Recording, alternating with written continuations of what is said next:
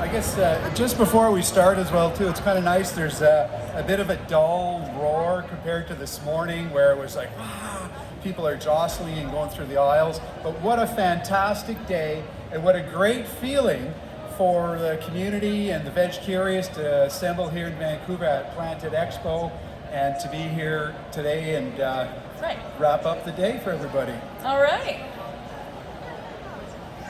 Okay, so vegan activism today. Look at everybody. That's got to draw people back, no? June 10th, 1989. Long ago and far away, we were the typical couple about to raise the typical family, consuming lots of meat and dairy along the way because we were told we needed it to be healthy.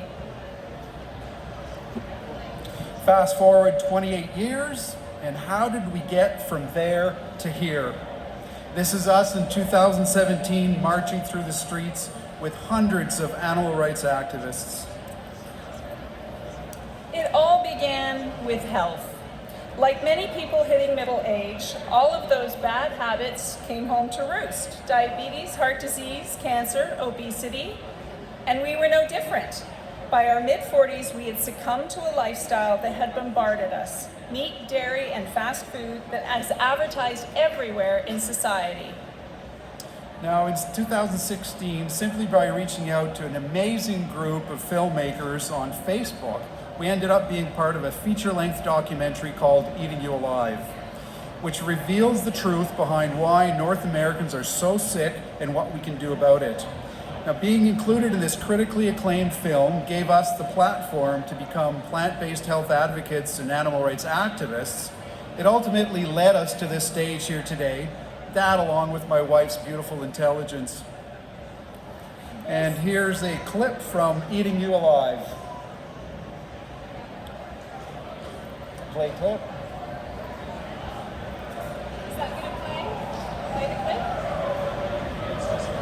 We need to play that clip. Can we play that clip? Pardon? No, there's... Okay, never mind. Yep. All right. We'll describe it. There was a movie that we were in called Eating You Alive. Apparently we have no videos. So it's no coincidence, unfortunately you didn't see the clip, but there's no coincidence that I chose to wear the same outfit that I did in the film. By switching to a plant-based lifestyle in 2011, I was able to reverse the effects of years of eating meat, dairy, and processed foods. At 300 pounds, I lost over 100 pounds in 2013. Now, prior to my cancer diagnosis, I saw several health improvements as well. High blood pressure, high cholesterol, and metabolic syndrome, all reversed. And I lost about 35 pounds. Now, it should be noted that a cancer of this magnitude would have been developing over a period of about 15 to 20 years before it became symptomatic. This November, I should say that Eating You Alive was filmed in 2016. This November marks my 9th year since diagnosis, beating the 5% survival odds, and I remain cancer-free. Now, we came through the health door, but quickly learned how animals truly arrived on our plates, and then learned the negative impact of animal agriculture on the planet. And I think we've all heard the term these days, the trifecta. And that's once you know, you can't unknow, and once you see, you can't unsee. This morning, Canada's most senior and world-renowned registered dietitian Vicente Molina spoke to the health of a plant-based lifestyle. In fact, she was the lead author of the position of the Academy of Nutrition and Dietitians paper, which states, vegan diets are healthful, nutritionally adequate, and may provide health benefits for the prevention and treatment of certain diseases.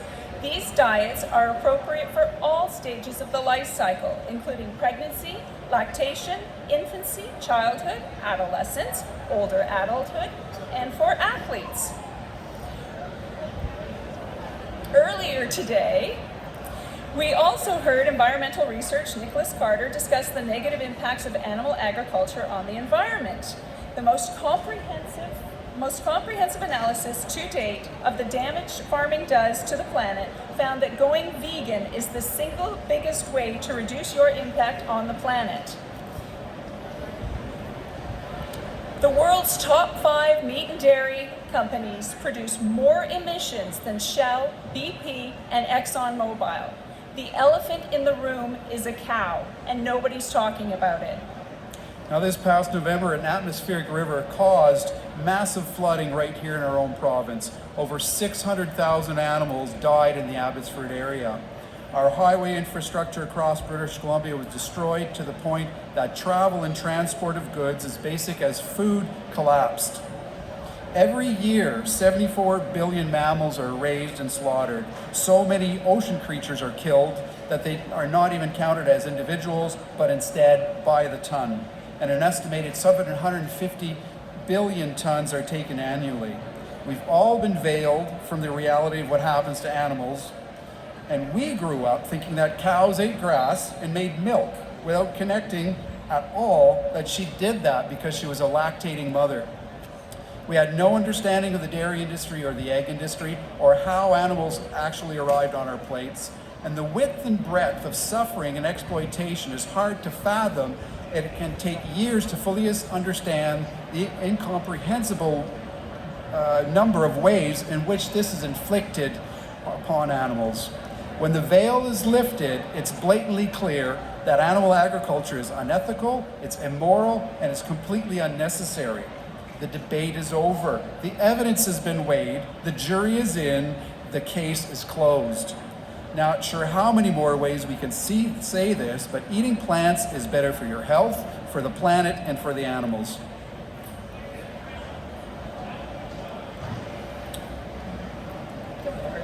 Good. No, it's going. Okay, there we go. You're going down one. Just one. Oh, no? Let's go. Okay. In case anyone needs more evidence, these gentlemen provide absolute proof. Eating plants can land you on the cover of Muscle and Fitness magazine, like we just saw Nimai Delgado, or be one of the most dominant ultramarathon runners in the world, like Scott Jurek that we saw earlier. So now that we can all agree, what can we do about it?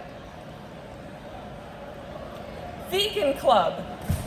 The first rule of Vegan Club is tell everybody about Vegan Club. So how do we tell everyone about Vegan Club? Now, as you can see, I was bursting at the buttons to tell everyone, not only about surviving terminal cancer, but also about animal agriculture. Now, the real headline here should be, why did a BC cop cross the protest line for animal rights? And the main reason that I became a police officer was to be of service to my communities and help victims, led by evidence and facts to prevent victimization and to investigate it when it occurred. And after more than 33 years of helping human victims and bringing to justice those who perpetrated this violence, it's ingrained into me to know when it's time to intervene. Now it crosses to all species. The brutality of the violence as a result of industry standards in animal agriculture is shocking. It's normalized violence. The heartbreaking part is that farmed animals are not afforded the same protection as other animals, let alone human animals. I'm compelled to do what I can for the animals, including educating the public and exposing an industry which intentionally operates in total secrecy. And as an activist, I do what I can for the animals, including educating the public and exposing an industry which intentionally operates in total secrecy. And as an activist, I want to lift this veil of secrecy and show the facts, the evidence for full transparency about the animal agricultural industry. Transparency so that the public can make informed decisions as to whether they want to support this industry with their dollars. Because as we say, the public has a right to know. Now, a few years ago, I was quoted by this statement was that I found myself in a situation where I felt so helpless, where as a police officer for 30 years, all I'd done was help victims. Now I'm standing by, and there are laws in place that are just unlawful, and it's quite heartbreaking. So what do? We can vote with our dollars. the easiest and most gentle form of activism, and yet with every dollar you spend, you are casting your vote. The impact of consumers' choice on producers' actions is massive. Half of US dairy consumers actually also use a vegan dairy alternative. The dairy industry is losing a significant portion of its business, causing large companies like Danone to invest in plant-based beverages, which is great news for cows, humans, and the planet. And we can share, preparing and sharing and showcasing beautiful plant-based vegan food. Look around this room today. Despite what the public thinks, we are not living on celery sticks. There are no end of amazing products that are exploding onto the scene at an ever-increasing rate. You name it, there's cooking. You name it, you can have this thing. Oh, okay, right ahead. You can have lots of vegan food. Now, being a retired police officer, I know a thing or two about donuts. And vegan donuts taste even more delicious because they don't contain any suffering or cruelty. Change the world from your kitchen. Go vegan. This guy's unapologetically vegan.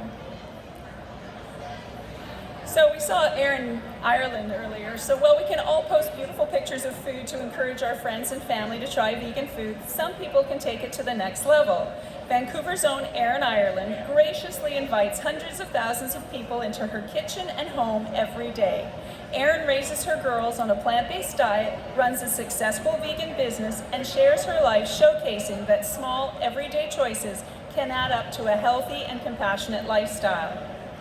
Now, in addition to showcasing plant-based vegan food and other products, we can bump up our online activism by using images of those individuals directly affected by animal agriculture. Wartime photojournalism brought credible images to the brutality of war home. In similar fashion and effectiveness, animal photojournalism now does the same. Canadian Joanne MacArthur, founder of We Animals Media, has assembled a worldwide team of photographers, and We Animals Media now has a free library of over 15,000 images for anyone to use. As we say, a picture is worth 1,000 words, but never forget the pen is mightier than the sword.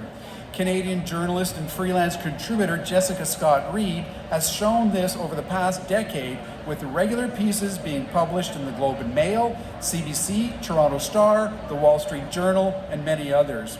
And Jessica started off as simply a concerned citizen who forwarded letters to the editor. Social media content creating with online platforms is also very effective, as seen in Canada's own Erin Janis's short doc, Dairy is Scary.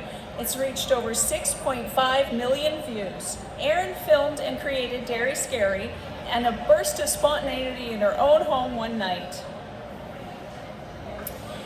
Unchained TV is a multimedia platform that highlights the vegan lifestyle, including vegan activism. Former CNN and CBS news anchor Jane Velez Mitchell founded Unchained TV and has over 80 news contributors worldwide, including here in BC, Dan and I. Watch for us on the Planted Expo floor, as we'll be covering this weekend live.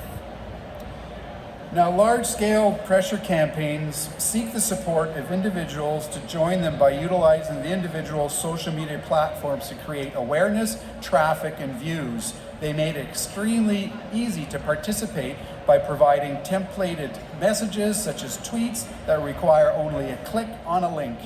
Last fall, the grassroots group Ban Fur Farms BC, along with other organizations, mounted a lengthy campaign putting pressure on the BC government, demanding the abolition of mink farms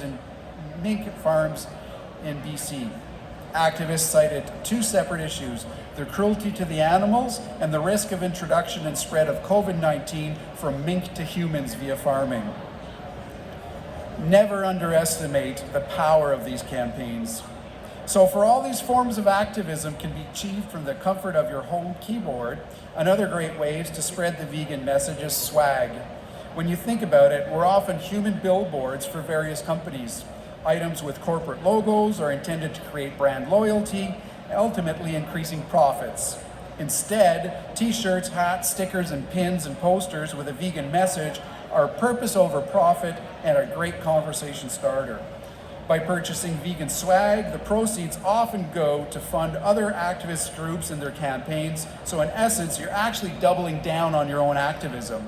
For example, the purchase of this t-shirt directly supports the legal fund for the Excelsior 4. More about them later. So this can be done with great subtlety or with boldness and panache. Volunteering at a vegan animal sanctuary, and I stress vegan because insanely some are not, is not only wonderful for the animals and the sanctuary because they do things on a shoestring budget, but it can often help heal your soul as you become more familiar with the suffering of farmed animals. It's also an excellent form of exercise and much cheaper than a gym membership. Regardless of your skill level, sidewalk Activism can be an artistic outlet with a message. Sadly, it washes away with the first rain. However, on the plus side, unless children's hopscotch becomes a criminal offense, you're good to go. The way to a pre-vegan's heart is through their stomach. Who doesn't love free food? Street outreach with free food reels them in for a tasty bite and a little conversation on the side. We are positive and upbeat about the joys of being vegan, but we don't shy away from discussing the gravity of the situation for the animals. Vancouver's very own TV Outreach for Animals utilizes the cube formation, similar to Anonymous for the Voiceless, presenting video images on a continuous loop while outreachers engage with passerbys to discuss the footage and issues. In today's society, spontaneous face-to-face, in-depth conversation with total strangers is rare compared to online keyboard contact. Street outreach activism is a welcome throwback to the art of conversation. If you have the gift of the gab, this could be for you. For many passersby, this is their very first exposure to the reality of what happens to animals, and they often react in disbelief. Outreachers walk people through what they're seeing and explain that these are standard industry practices which are carefully hidden from the public as not to lose consumer support. Pay-per-view street outreach is using short films and is an effective method of drawing in passerbys, as a token monetary incentive creates a sense of having skin in the game. Now, you want to feel like a badass with no consequences? Well, stickering's a great form of activism that has wide reach. You can get a little cheeky with it. Stickers and posters are an effective tool for small groups or individuals. They are affordable, creative, and get the point across. Now, in case you're worried about being out of pocket, for several organizations offer funding. One example is Veg Fund. It empowers vegan advocates worldwide through grant funding, supporting effective outreach that inspires people to choose and maintain a vegan lifestyle. These grants can cover the cost of food sampling, film screenings, or learning events to fulfill the vision of a compassionate, healthy world.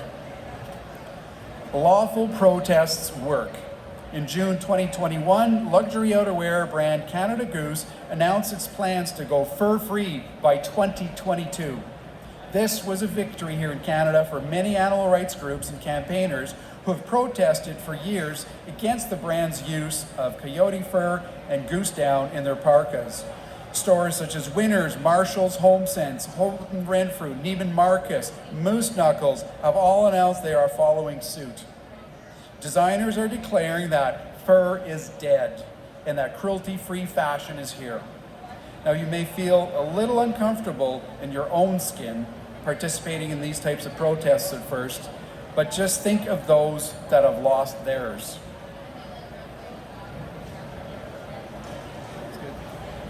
Vigils, or bearing witness, is the act of coming closer to the animals, to look in their eyes and to witness firsthand. Bearing witness raises our level of accountability and responsibility to help. I used to see videos and photos of animals and think to myself, these must be photoshopped. Their faces, their expressions have got to have been manipulated. But then we witnessed firsthand at the Los Angeles Animal Safe Vigil and looked into their eyes, felt their breath, and felt their fear. The Animal Safe movement started in 2010 with Anita Kranz, and she adopted a dog, Mr. Bean, and started taking him for early morning walks. Anita and Mr. Bean began noticing sad and frightened pigs in transport trucks passing by en route to a nearby slaughterhouse in downtown Toronto. Anita made a promise to the pigs to hold a minimum of 3 vigils each week to bear witness. Since that moment, the Animal Safe movement has grown to a global network with over 900 groups of activists that bear witness to animals at the gates of slaughterhouses in order to expose and dismantle animal exploitation industries. The Animal Safe movement's mission is to spread the idea that we all have the moral duty to bear witness and end animal agriculture. Anyone can set up a chapter in their own community simply by contacting the Animal Safe movement. In the spring of 2018, Canadian Rich Adams scootered across South Korea to raise awareness of the Korean dog meat trade. Rich quickly realized that if he was against the torture and slaughter of one animal, how could he justify the death of any animal? And being true to his values, Rich became vegan.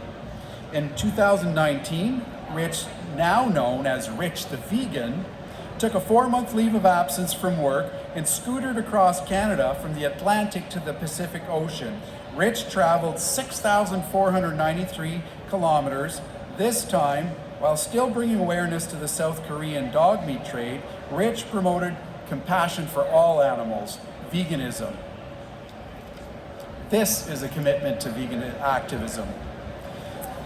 We were honored to open our home to Rich as he traveled through the Okanagan. Rich had existed primarily on peanut butter sandwiches as he crossed the country, busting the protein myth, by the way, until he reached our house, that is, and then Rich made up for lost calories at an astonishing and frankly terrifying rate that kept us frantically cooking for 3 days. Now, Frank Metvier, aka the vigorous vegan vagabond, brings commitment to a full-time activism to a whole nother level. And 5 years ago, Frank bought an attention-grabbing van and set out to tour Canada, the US, and Mexico, rock climbing, surfing, and creating dialogue everywhere he goes.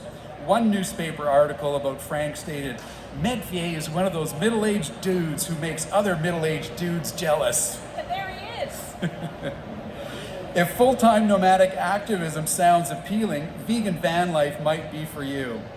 Now, activists come from all walks of life.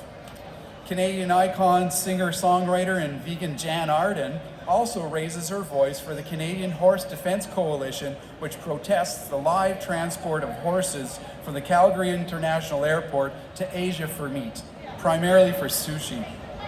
Canadian actor Pamela Anderson has been using her celebrity platform to bring awareness to the suffering and abuse of animals for decades. New to the scene, most recently on May 25th, Kim Kardashian posted on her Instagram that she is now the Beyond Meat's chief taste consultant, a post that already has 1.2 million views. That's huge. Just a couple of weeks ago, actor James Cromwell glued himself to a Starbucks counter to protest their plant-based milk upcharge. Now, while gluing yourself to things may not be your cup of tea, Starbucks' third-place policy technically allows anyone to peacefully enjoy a cup of coffee while asking Starbucks to drop their upcharge on a product that is ultimately better for the planet. If anyone wants a few of these signs, hit us up after the presentation. Next level activism? Any history buff will tell you that by simply explaining the moral injustice of an issue is not often enough. Acts of civil disobedience cause disruption while forcing debate with the aim of bringing about change. Scientists have been warning of a climate crisis since the 1970s. Here, a NASA scientist is arrested after chaining himself to a Chase Bank as part of global climate protest. Scientist Rebellion, a branch of Extinction Rebellion, staged dozens of climate protests across the globe. For the past year, BC activists have been drawing attention to the self-admitted shortfalls of the BC SPCA's capacity to investigate farmed animal cruelty incidents and enforce the applicable laws. Which begs the question, how is it that a charitable organization can accept donations from the very industry that it's supposed to be investigating? And why does a charitable organization even have a mandate to investigate possible criminal investigations? Let's just let this photo sink in for a second. BC SPCA, speaking for animals, accepting a donation check from a pig roast event. One has a moral responsibility to disobey unjust laws. The larger the numbers, the more brazen the action, the greater the media attention, which results in wider public awareness. Large-scale actions in many instances include the opportunity to exercise one's right under the Canadian Charters of Rights to lawful protest and assembly. In simple terms, outside team, green team, holding signs, singing songs, playing guitars, and speaking out. These actions often include roles for those willing to participate in outright non-violent civil disobedience that may be proven unlawful. Again, in simple terms, inside team, red team. As seen on April 28, 2019 at the Meet the Victims Canada 1 lockdown, the action was in response to previously released undercover footage depicting acts of animal cruelty at the Excelsior Pig Farm, recorded just months prior.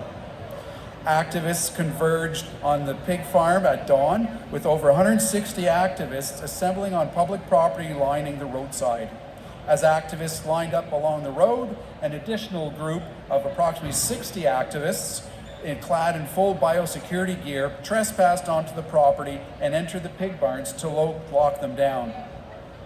The goal of the action was to force the farm owner to permit the examination of the pigs by an independent veterinarian for signs of abuse, in addition to permitting media agencies to tour the facility.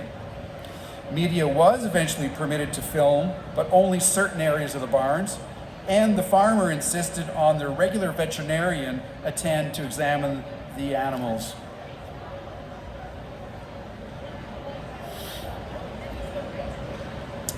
When activists pointed out the fresh injuries to this particular individual, to the Excelsior's vet, his response was, "She's fine."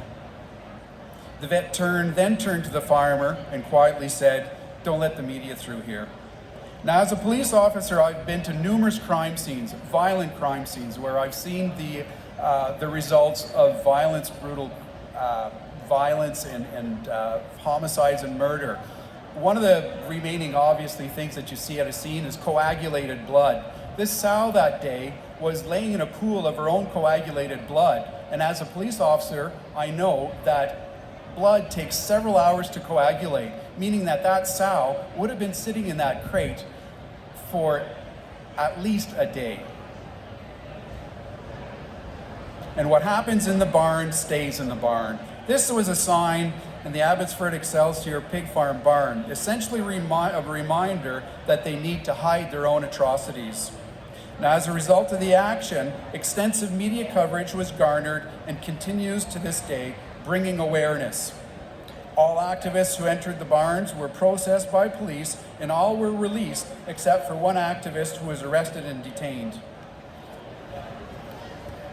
Subsequently, after a lengthy investigation by the Abbotsford Police Serious Crime Unit, having utilized an incredible amount of police resources and funding normally only seen for homicides, sexual offenses, and organized crime, 4 individuals, better known as the Excelsior 4, were charged with multiple offenses under the criminal code. Charges against 1 individual have since been dropped, and the remaining 3 individuals are standing trial in Abbotsford starting June 27th. All for simply sitting in a barn and exposing animal abuse. 65-year-old Regan Russell was violently struck and killed by a pig transport truck in the front of the Burlington Sophina Fearman slaughterhouse nearly 2 years ago, June 19, 2020. Regan was at a Toronto Pig Save Vigil with 6 other activists, giving pigs water on one of the hottest days of the year. Joaquin Phoenix stated that Regan Russell spent the final moments of her life providing comfort to pigs who had never experienced the touch of a kind hand. All forms of vegan activism discussed today hold increasing levels of commitment and sacrifice. An activist since the age of 24, Regan eventually made the greatest sacrifice. Regan stated, "I'm trying. I don't know if it does any good, but doing nothing does no good. Don't worry."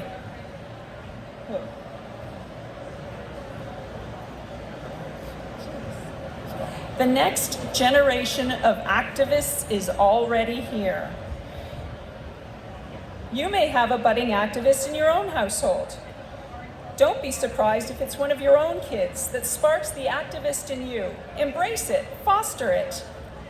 Researchers have found that climate change is the #1 concern among kids today. The move towards a sustainable lifestyle begins on our plate. The shift to plant-based foods is one of the most impactful actions that we can take to reduce the climate destruction, stop animal exploitation, and improve our health. It's time to take animals off our plate. After all, it's their future. So clearly there have been many forms of activism that individuals can participate in, but how do we apply pressure to our governments? After all, as Nicholas Carter states, tripled meat consumption in just over a century did not happen because of an idea of free will and personal choice. This is the systematic results of subsidies, lobbying, marketing, funded academics, and government bailouts of conglomerates like Tyson, Cargill, JBS, the world's largest meat producers. Now, lobbying all government levels is an important and effective form of activism, and there are organizations that can help you out with it. NationRising.ca runs a nationwide citizen lobbying campaigns and equips activists to have effective meetings with their members of parliament. Nation Rising believes that through dedicated lobbying efforts, we can change federal policies to support a shift in subsidies away from animal agriculture and towards the creation of a plant-based food system for the benefit of the people, the planet, and the animals. Powerful animal agriculture lobby groups spend millions of dollars to have our politicians here. Why shouldn't we, as the voters, have the same opportunity? Now, just to say, we did have the video, but we don't have video. To explain Nation Rising a bit further, they offer templated letters that you can send via email to your MPs. They also offer you templated forms that you can essentially narrate a whole entire effective meeting with your MPs. And the goal for Nation Rising is we want to see, exactly like Nicholas Carter again mentioned it today, we do have a new Canada Food Guide in Canada, but it's never been operationalized. Essentially, our Canada Food Guide, the new one, that asks Canadians to focus on plant-based proteins, so far is a poster. There has been no public service announcements, there has been no information in our schools, there has been no support to families to show them how to transition to a plant-based diet. And we also, Nation Rising also wants to assist farmers in transitioning from animal agricultural systems to a plant-based system. But check out their website, they're a fabulous organization.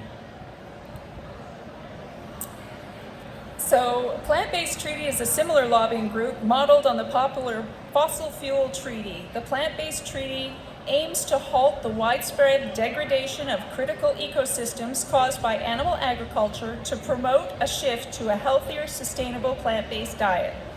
They are urging scientists, individuals, groups, businesses, and cities to endorse this call to action to put pressure on national governments to negotiate an international plant-based treaty. Some quotes stand the test of time for a reason. Never doubt that a small group of thoughtful, committed citizens can change the world. Indeed, it's the only thing that ever has. Whenever there has been positive change in society, we can thank activists. Martin Luther King, Gandhi, Nelson Mandela, Rosa Parks, and every activist that graced this screen today. and maybe you. Because individually and collectively, if we all do our part, another world is possible. Thank you. Thank you, people, everyone, people. Thanks for sticking out and not going over there. It is nice to see, we do see a lot of familiar faces, but we do see a lot of new faces, and that's exactly what we want to encourage. We want to see more activists come out and join. And as we showed, there are so many ways we can all make a difference. So thanks so much.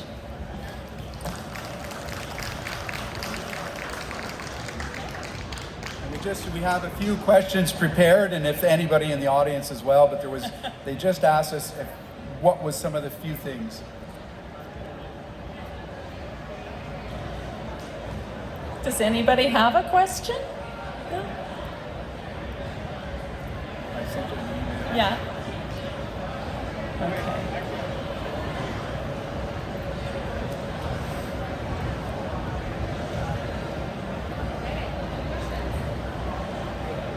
Oh. I know you two personally, just so everyone here knows I'm an activist and love these two. Dan, I would love you to tell the audience what your former police officer friends think of your transition from cop to activist. Well, I guess in a nutshell, I am now on the intel list across Canada with all police forces, including the Royal Canadian Mounted Police. My social media platforms have been monitored since 2019, and I forgot to ask the question, do we have anybody in the audience that's with the, I can't remember the squad, but any police officers? Not that they'll admit. But no, it's so interesting though. On a positive side, I did have a few officers, especially after, co-workers after Excelsior, that it moved them. And they said, don't worry what the others are saying, this made a difference. And one particular individual said, that's it, I did not know, I had never seen that, and it's changed me. So yeah. Can you hear me? I was with Dan outside the Excelsior hog farm that day that 200 activists showed up to protest and enter the farm. And it was so interesting because Dan was on one side of the police line as an activist, and the cops were on the other. There was paddy wagons everywhere. I've never seen so many cops. And we were there for about 8 hours, and I watched you try to transition these police officers to a vegan diet. You were telling them what was going on inside those barns and how that was going to cause disease. And you talked about your own success with the cancer situation. Do you want to talk about the police officer that you were speaking to that day a little bit? Well, yeah, there was one particular officer that, they're there, they're working, they're doing their job, and some of them they remain unbiased, but they do, it does pique their curiosity, because when we do these actions, we do speak a lot about information and some of the facts. And again, as police officers, we're led by evidence and facts and not falsehoods. So in discussing with this one police officer, he was interested in it. In fact, I'm not sure if this is the same particular individual, we did assist one of their high-ranking police officers of the Abbotsford Police Force she was going through cancer treatments. And he recognized me and he said, "You're the guy who was helping the particular inspector with her cancer. I want to thank you for that and know that, yes, my wife and I are vegan." So, yeah.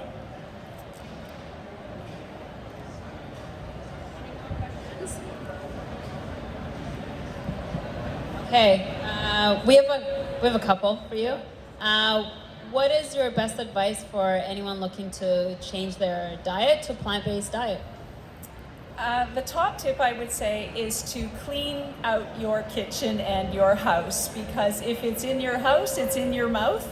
I think the best thing to do is just get rid of it all and start with fresh products, and there's many here today to choose from and lots of vegetables, and then you just do it. And it's easy, really. I know it sounds difficult, and maybe the first month is a little challenging, but then it's just automatic. Okay, we got one last one. Activism can take form in many different ways. What is your favorite form of activism that you perform? For myself, I like participating in everything, as much to my wife's chagrin, that trying to hold us back to not go to everything. But certainly, I think the large actions are one of my favorites.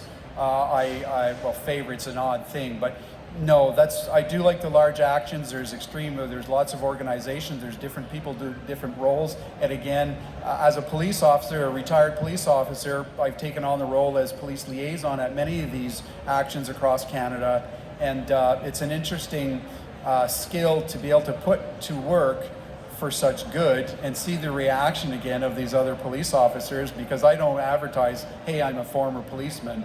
But when we get improper behavior or unprofessional conduct, I really have a solid ability to be able to say, you're not supposed to be treating me this way, and you're not supposed to be speaking to me this way. And that kind of pulls them back a little bit. So that's kind of fun. I'm not quite as much of a badass. I enjoy vegan sanctuary work. I find that it's a wonderful way to, on social media, to showcase individuals. I think most people don't have a chance to meet cows, pigs, and chickens. And when you start to bond and have a relationship with them and see that everybody is quirky and wonderful as your dog or cat at home, it really changes people's perspective. So I really love the sanctuary work and to showcase the personalities of the individuals that are the residents there. Health advocacy, of course, has been our mainstay. And of course, food blogging. Hi, my name is Dan. I'm a high volume eater. Yes. Yeah. All right. Thank you so much, everybody. Thank you. Thank you so much.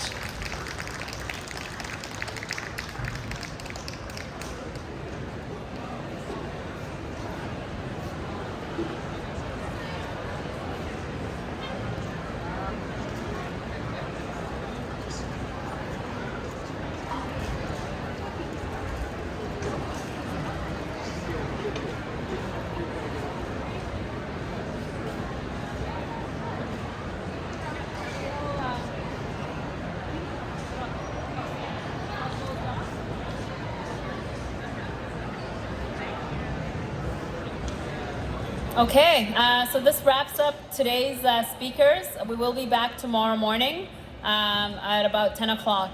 Thank you so much for joining. See you soon.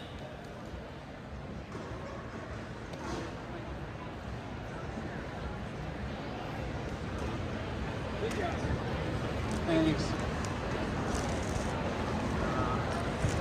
It's a shame we had 2 slides of video in there.